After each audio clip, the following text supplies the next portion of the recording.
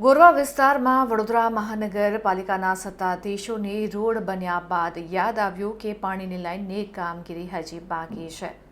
ત્યારે નવા બનાવેલા રોડ ઉપર ખોદકામ કરીને હાલ પાણીની લાઇન નાખવાની કામગીરી ચાલી રહી છે।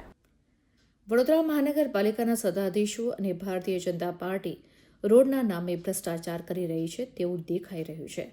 રોડ બનાવવાની કામગીરી અંગે વડોદરા મહાનગરપાલિકા કરોડો રૂપિયાની ફાળવણી કરતો હોય છે, ત્યારે બનાવેલા રોડને ખોદકામ કરી પાણીની લાઇનની કામગીરી કરવામાં આવી તે કેટલું યોગ્ય છે? ખોદકામ કર્યા બાદ વડોદરા મહાનગરપાલિકાની ડોર ટુ ડોરની કચરાની ગાડી તેમાં ફસાઈ ગઈ હતી, એટલે સત્તાધીશોના ભ્રષ્ટાચારને કારણે આવતા જતા લોકોને મુશ્કેલીઓનો સામનો કરવો પડે।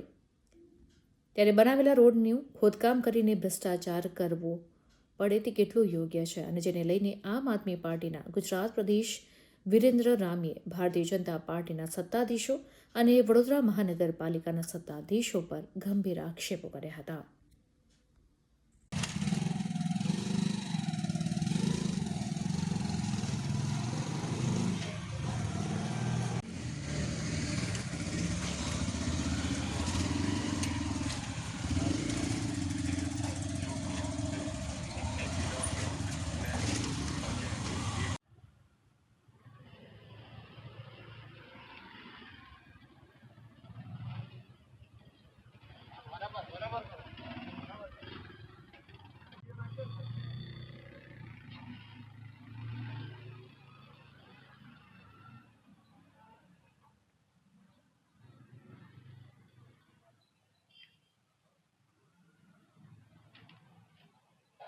વડોદરા મહાનગરપાલિકાના ઇલેક્શન વોર્ડ નંબર 8 માં આવેલું બાપુની દરગાહથી દશામા સુધીનો આ મેઇન રોડ છે।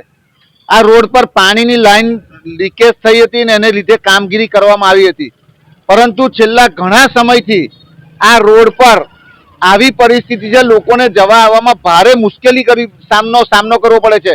આ મુખ્ય માર્ગ છે, અહીંયા નજીકમાં જ સ્કૂલ આવેલી છે, અહીંથી નાના નાના બાળકોને મા બાપ પોતાના દીકરા દીકરીઓને લઈ જતા હોય છે, પણ ક્યાંક ને ક્યાંક વડોદરા વિકાસના નામે ખાડાઓની નગરી થઈ ગઈ હોય, ચારે બાજુ ભ્રષ્ટાચારના ખાડા કરી દેવાના। આજે તમે વડોદરાની અંદર 1 કિલોમીટરનો રોડ એવો બતાવો કે જેની પર કોઈ ખાડો ના કર્યો હોય।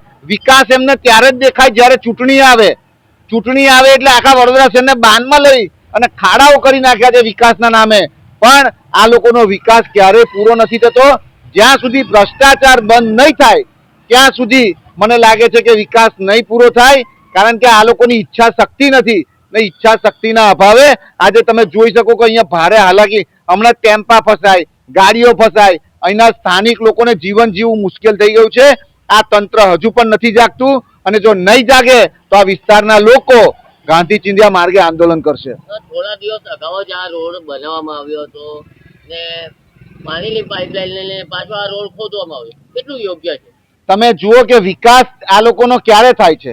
એક બાજુ તમે જુઓ કે પહેલા રોડ બનાવી દે, રોડ બનાવ્યા પછી એમને યાદ આવે કે ડ્રેનેજ લાઈન નાખવાની બાકી રહી ગઈ હતી, એટલે ડ્રેનેજ લાઈન નાખી ફરી પાછો રોડ કરવાનો, એની પર ફરી પાછો રોડ કર્યા પછી પાછી પાણીની લાઈન નાખવાની, એટલે એકનો એક રોડ 3-4 વાર તોડી અને ભ્રષ્ટાચાર કરવાનો એ જ આ ભારતીય જનતા પાર્ટીની નીતિ છે।